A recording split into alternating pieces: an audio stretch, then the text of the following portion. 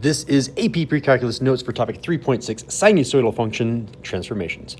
So I'm going to kind of skip over this stuff and talk about it really all down here. So in general, we're going to be creating functions today from data, from either an equation or from a little bit of information, and we need to make these equations. So we're either going to be talking about a sine graph or a cosine graph, no tangent graph or anything like that. And we're going to have to figure out, what do these variables do? What does A, B, and D? And you'll notice a letter's missing here, C. That's phase shift. We'll talk about that later in this lesson today. But in general, if I have a sine or a cosine wave, let me talk about, in general, what that parent graph looks like before I start talking about what these variables will do to it. So if I have a sine graph always starts at the midline. So typically speaking, when we have a parent function, we have not shifted it up or down. And the sine wave, let me do this in pen, will come from the midline, and then it will end at the midline. And it is really important to know that a typical sine wave starts by going in the top right direction, whereas a cosine wave starts at a maximum and then comes back and ends also at a maximum. Again, you can change the direction that these go by changing our leading coefficient. If I had like a negative out front, then the sine would be pointing down to the bottom right. If I change the cosine, it would start at a minimum as opposed to a maximum. All right, so now that we know what the parent function looks like, these are obviously not to scale. Let's go ahead and talk about what does A do. And normally, if I had more time and this was not an AP class, I would let you guys play with sliders on Desmos and figure out what these do for yourselves. But let me just tell you, A is going to affect the vertical dilation. Vertical, again, is this up and down direction. Dilation means it's going to be squished like you're sitting on a sandwich, or it's going to be stretched as if you're stretching some sort of stretchy tool, I guess. Stretchy toy is what I'm thinking of. So this is going to affect the amplitude of the graph. So if I change this value to be 2, the amplitude is 2. If I change this to be a -3, the amplitude is still 3, but now it's going to be pointing into a different direction. So a vertical dilation is going to be D. So this vertical dilation is going to affect where the midline is. That is a vertical translation. And it says midline right here as well. If I move this up, if I move this down, again, translation is a fancy way of saying move. Moving up and down, all you do is move the midline. Again, pretty easy. Horizontal dilation is a little bit harder because, again, dilation means you're multiplying or you're squishing and stretching it, right? You can either squish it by squishing it in this way, or you can pull it out to the left and to the right. And this is going to affect the period. And it makes this change by a factor of 1 divided by b, the reciprocal of that. So the formula that I keep telling my students over and over, the one formula that you have to have memorized is that the period is going to be equal to this 2 pi over b, and it is technically correct to put the absolute value symbol because period is always a positive. You can't have a negative period. And this formula you're going to be using over and over and over again. Make sure you have it memorized. All right, so with that, let's go ahead and apply our new skills. So on example 1, I want to have an equation here for a sine function. Why is this a sine function? If I'm looking at the midline, I'm starting on the midline. If I had started at a maximum or started at a minimum, I would have been using a cosine wave. So I know that I'm using a sine wave, and Bryan Passwater has already taken the liberty of telling us, hey, the amplitude is 6 because I go up 3, up another 3. To get from 3 to 9, you go up 6. If I talk about the midline, the equation of a line always is y equals, or x equals something. Y is equal to 3 here because the y value is 3, and the period is pi because I'm starting at the midline. I return to the midline, but I'm not going in the same direction, right? I have to be going to the top right. This one's going to the bottom right. So the next time I'm going to the top right from the midline is this point right here at pi, going to the top right. Therefore, the difference between pi and 0 is pi. So all of these things we're going to have to figure out on our own from now on. This is just kind of a little scaffold to make this problem a little bit easier. Okay, so what do we want to find? I'm going to find A first. So A is basically the amplitude. The amplitude is 6 here, and I am going to the top right, so it's nothing negative. If this was going to the bottom right, it would be negative, but it's positive. So I'm going to say down here, my h of theta is going to be 6. Sorry, I was mixing up my midline and my amplitude. So it's going to be 6, and then it's going to be times sine of, and then b times theta. I'm going to leave that blank for a sec, something theta, and then I'm going to do my midline second. So my midline is 3, which means I've gone up 3, so I'm going to say plus 3. In general, whenever you do things to the outside of the parentheses, it's just the normal direction. So if I went up 3, it's going to be plus 3. If you are on the inside, though, everything is reversed. Everything is reversed, like this 1 over b is also reversed. Normally, you'd be thinking, oh, you just multiply by b. No, you actually divide by b. So in this case, I need to figure out what is the value of b, and I'm going to use this equation. So you have to have this memorized, and I'm going to ask this over and over again. What is the period? The period is 2 pi over b. Again, I'm going to ignore the absolute value throughout this entire lesson because you know that period is always positive.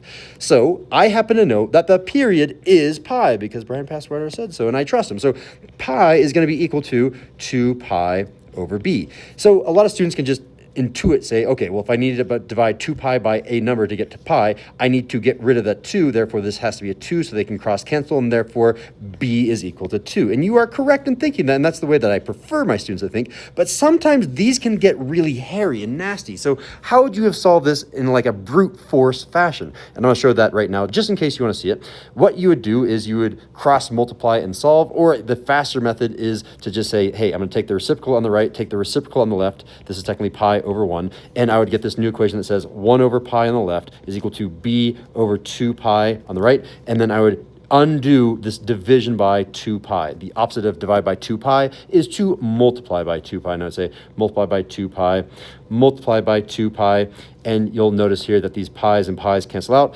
and everything here is canceled out as well. So b is just equal to 2, which is what we already had down here. So b is indeed equal to 2. I'm going to come over here and say b is equal to 2, and I have the equation that I'm looking for. Let's go ahead and box the final answer so that my teacher or the AP grader can tell that that is the answer. All right, let's try another one that doesn't have all these scaffolding tools. We need to figure those out on our own. All right, in example 2, we need to find all those things. So the first thing that I like to find is the midline. I'm noticing that this is kind of like the center of the function, aka the midline. Let me go ahead and move that into the correct spot. Right there. And this is going to be the equation y is equal to 3.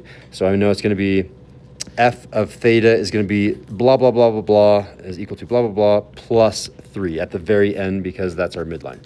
All right, so if this is the midline, it's really hard to see that too, but I'm going to go up a certain amount and down a certain amount. I'm going from 3 to 6. That means I'm going up 3, and I'm going from 3 down to 0, which means I'm going subtracting 3. Therefore, our amplitude is 3. The question is it a positive 3 or a negative 3? Well, the fact that I'm starting to go in the top right direction means it's a positive. If it was going down, it would be negative. So I'm saying the amplitude is a positive 3.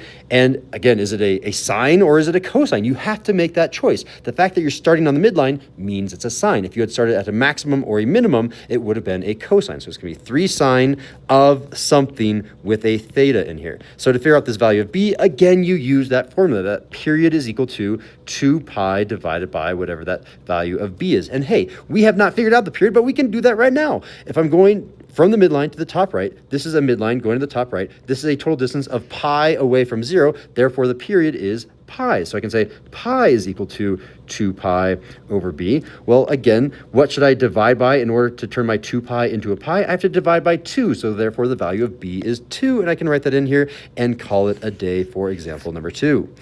Let's try another one, example 3. In this example, I only need to find the period and the amplitude. So I can go ahead and erase that really quickly. The first thing is the amplitude because it's the easiest. I guess you could have done the period first, but I like doing the amplitude first. So I'm seeing that the midline here is right in the center, and therefore it's just this value of 1. You don't have to write this, but I'm going to say that's y is equal to 1. And from there, I'm going up 1, 2 distance and down 1, 2 distance. Therefore, my amplitude is 2. So I need to say that the amplitude is 2. Good, good, bad, bad. B and D are not correct because they have the incorrect amplitude. So now the only difference between my multiple choice is the period. Is it pi or is it 2 pi? Well, I know that if I'm going from the midline, I'm going to the bottom right. From this midline, I'm going to the bottom right. Therefore, this distance here is pi. So the period is pi. I can come over here and say period is pi. Correct answer is A. What about example 4? Ooh, okay, so in example 4, we're given a maximum and we're given a minimum. So if the maximum happens at 0.6 and the minimum occurs at pi over 2 and negative 4, what is the equation? All right, for these, I highly, highly recommend making a picture. So here is my picture. There is my graph. I'm going to say that I'm going to count 1, 2, 3, 4, 5, 6, definitely not to scale. And there's 0.6. I'm going to count down 1, 2, 3, 4. And I'm going to go over a random distance and say, you, my friend, are going to be called pi over 2. And I'm going to go down to this y value of -4. This was the y value of 6. So I know that I'm going to be going in some sort of sinusoidal function like this, and then it's going to come back up and eventually get back up to the same point. Notice in this scenario, we are starting at a maximum as opposed to the previous 3 examples, which we all started at a midline. That means that this one is going to be a cosine function, but that's not anything new because all of the multiple choice told us we were doing a cosine function. From there, I want to figure out what is the, let's do the midline. I mean, midline has to be 1. Let's just verify why that's the case. Well, between 6 and -4, that is a total distance of adding 10 to get from -4 to 6. If I'm going up a total distance of 10, the half that distance should be the midline. So I can come over here and say half that distance is 5. Therefore, if I go up 5, 1, 2, 3, 4, 5, the midline is right here at 1. There's also another way to find the midline, aside from saying, oh, I didn't mean to do that dash line. This is going to be y is equal to 1. Another way of doing this is just to take the average of these two numbers as opposed to doing subtracting these two numbers and then adding them to the, so you'd say subtract the two numbers, divide it by 2 to find the amplitude, and then go ahead and do that amplitude plus the minimum or the amplitude subtracted from the maximum. There is another way, which is just to add these two numbers and divide by 2. If I do 6 plus -4, I need to show my two methods out on paper because otherwise I think people are going to get confused. So I said 6 minus a -4. This will find the total distance between my points. The total distance is 10. To convert that 10 into an amplitude, I need to divide by 2, and therefore 5 is the amplitude. This is the amplitude. And we don't really need to use the fact that the amplitude can be used to find the midline since all the midline is the same, but I do want to explain where I'm coming from because this might be helpful in a future problem. From this amplitude, you can now add that to -4, and you can say, okay, I can either go from the start and do -4 plus the amplitude to get to the midline, or I could have taken the maximum, subtracting the amplitude to get to the midline. That's my method of finding the midline. The more efficient method that I commonly use is just to add them and divide by 2. If I do -4 plus 6 and I divide that by 2, this is equal to 2 divided by 2, which is equal to 1, and you can find the midline super fast, right? So we do know it's 1, and I happen to know that the amplitude is 5 from this work over here, so I know that these two are correct, those two are incorrect, so it's between C and D, and then from here I just need to decide what's going on with the period. Is it pi? Is it 2? What is going on? So I happen to know that an entire period will go from the maximum all the way back to the maximum. The problem is the information that was given to me is half of a period. And sometimes you'll be given a quarter of a period. Sometimes you'll go from maybe a maximum to the first time that you touch the midline. So be careful on what you're given.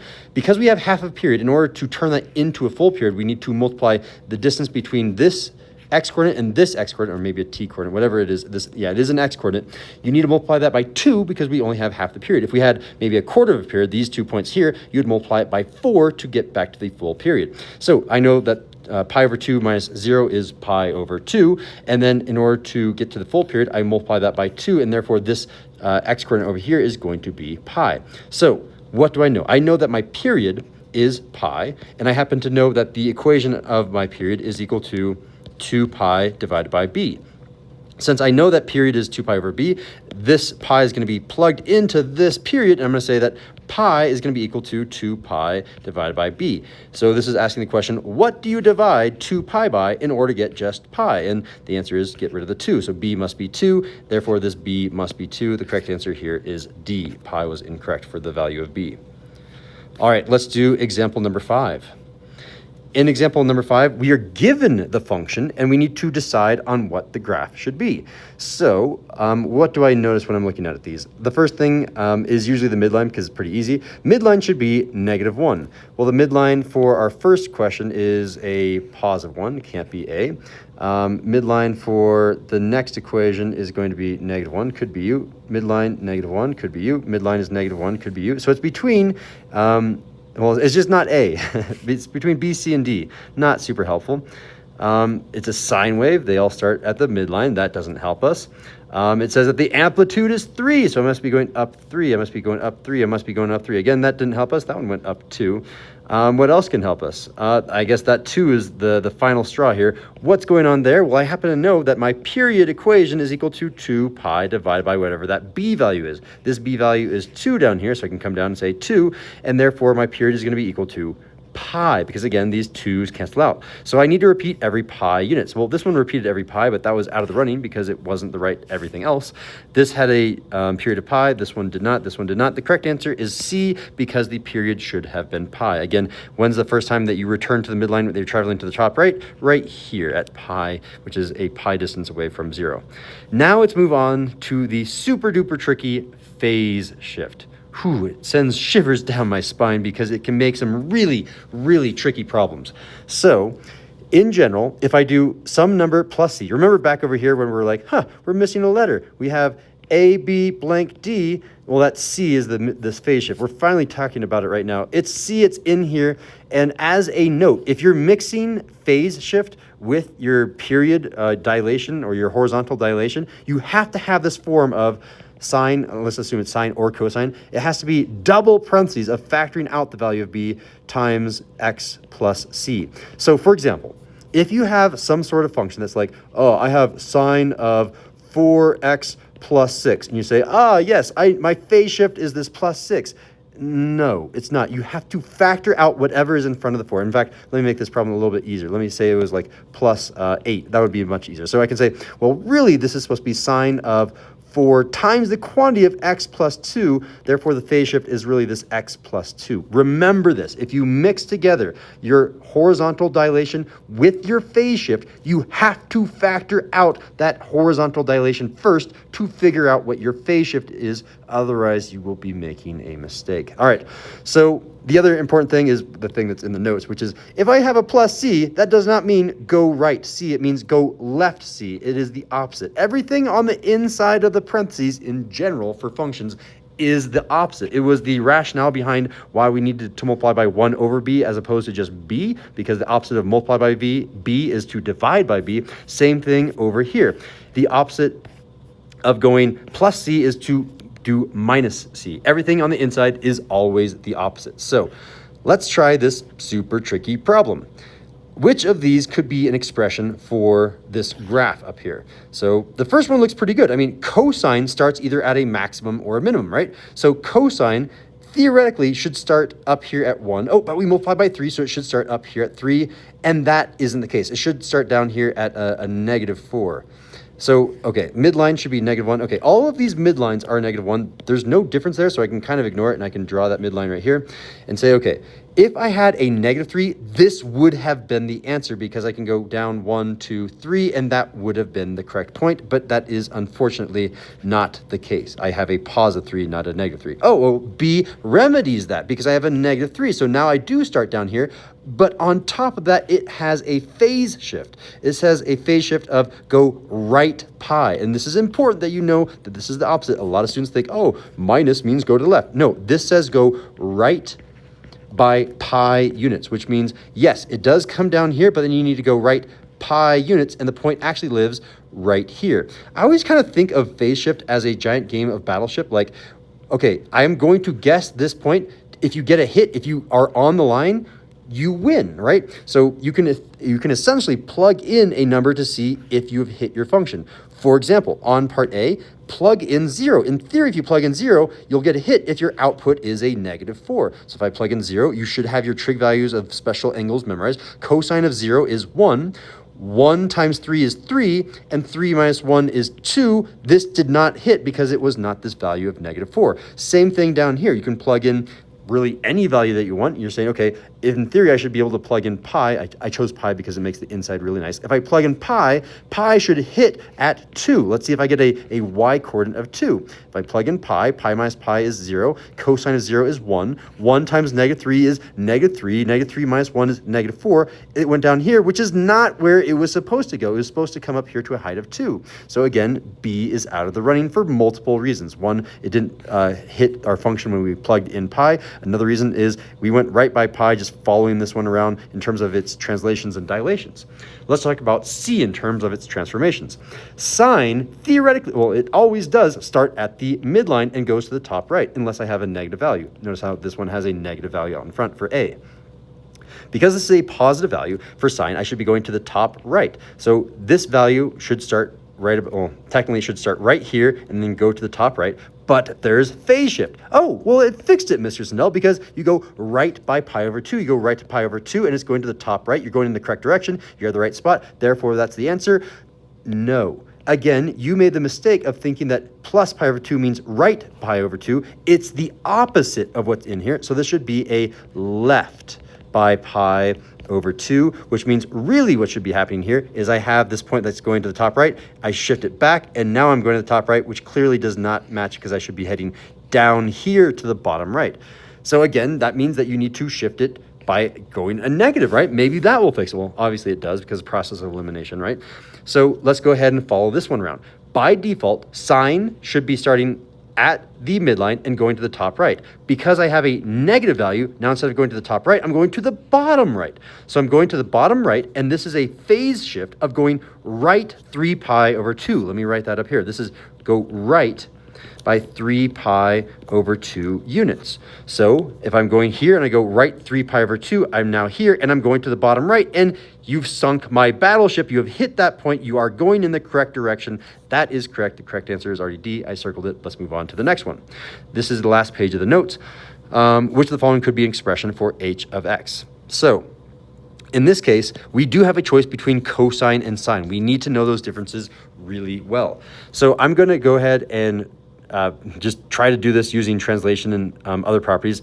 And before I do that, let me do a brief moment of multiple choice terminology or multiple choice strategy. So notice what they have in common and what they have that is different. If all of these amplitudes are 2, then ignore it because that's not what they're trying to test here.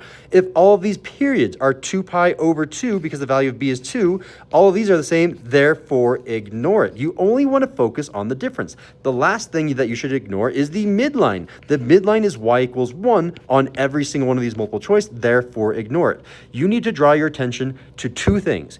Is it cosine? Is it sine? And what is the phase shift? That is what is being assessed here. So the first thing that I'm noticing is this function looks like it's going to be cosine because it's starting at a maximum or a minimum. So I'm going to guess, okay, it's a cosine, sure.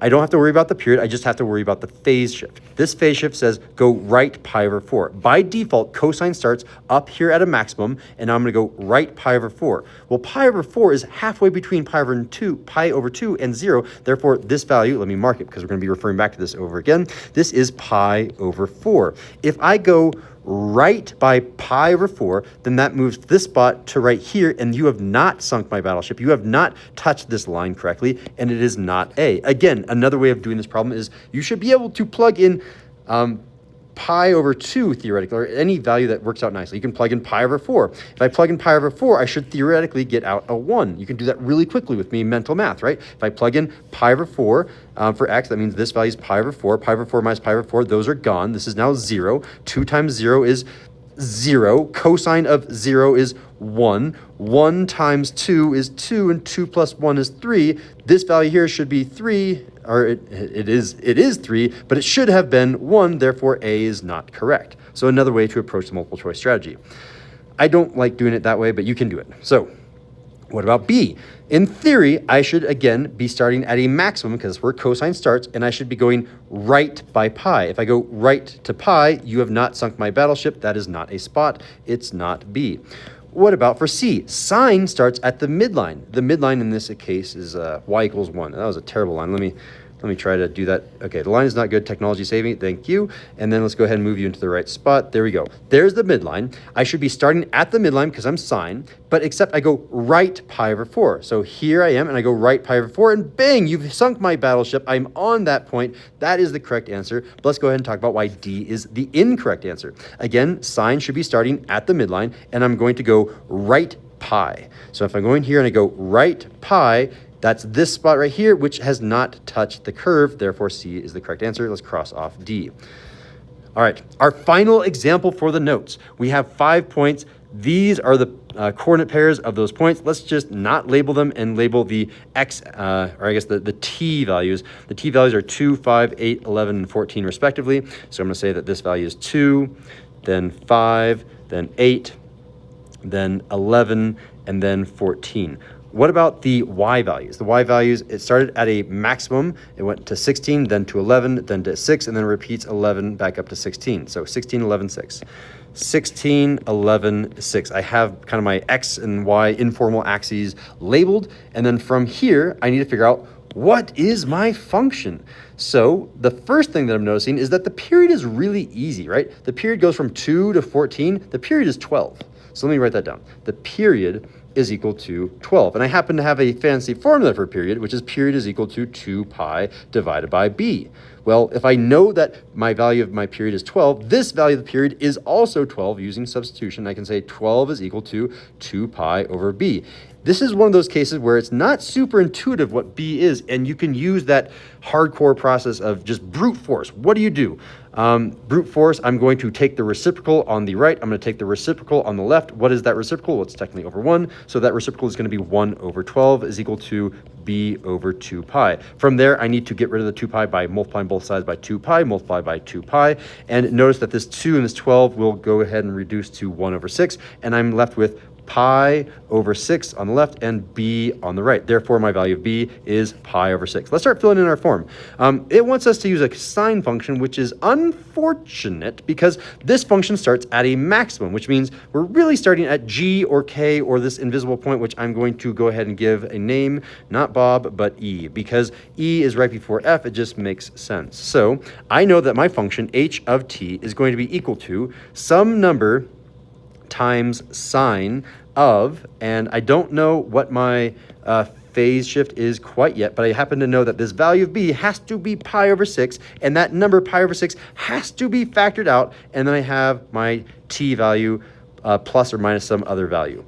Okay, let's go ahead and do our midline. Midline is super easy. It's the middle. It's 11, so I'm going to say plus 11. And then our amplitude over here, our value of a is pretty easy as well. To get from 11 to 16, I'm adding 5, so I can put a 5 here. The last thing to figure out is my phase shift. So again, remember that sine should be moving from the midline to the top right, which means E is a perfect spot to choose. I could have chosen G and I could have chosen K. All of those are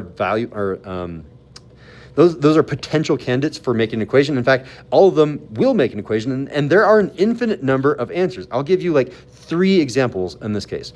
So what makes most sense to me is to start with E, which means I have to go backwards to this new T coordinate. Notice that to get from 2 to 5, I add 3. From 5 to 8, I add 3. So to go backwards, I subtract 3, and this X value here is -1, which means my phase shift, I need to go to -1. So I don't say -1, it's the opposite. I do +1. Make sure your T's and your pluses look different for your teacher. Make it nice and easy. So that is an answer, and there's another answer. I could have also said h of t is equal to 5 times sine of pi over 6 times the quantity of t. Okay, what happens if I had started at k? That goes to the top, right? I could have gone right 11. So to say right 11, I subtract 11. And then again, I add 11 because the midline is still 11. That is another potential candidate. What's another one? Well, what if I had started instead at g, where I start going down to the right? Well, if I'm going down, that means that this leading number, this value of a, is a negative. And I could say another possible value is h of t is equal to -5 sine of everything else. Pi over 6 times the quantity of t with a phase shift plus 11. What should the phase shift be? Well, I need to get to 5. So I need to say go right 5. To get to right 5, you say -5. Again, there's 3 different answers out of the infinite number of answers that you can give. I'm really curious if you can be really cheeky for the AP graders and be like, it's actually t plus, I don't know, if the period is 12, you can add any multiple of 12. So I can do it's actually t minus 115, which is technically correct, but that's just kind of being mean, right? Because you can add any multiple of 12 to this phase shift and still be correct. All right, well, that does conclude the notes for topic 3.6. There's the last page, there's another page, the second to last page, and, there's the first page. You see them all. Thanks for watching, guys. I'll see you later.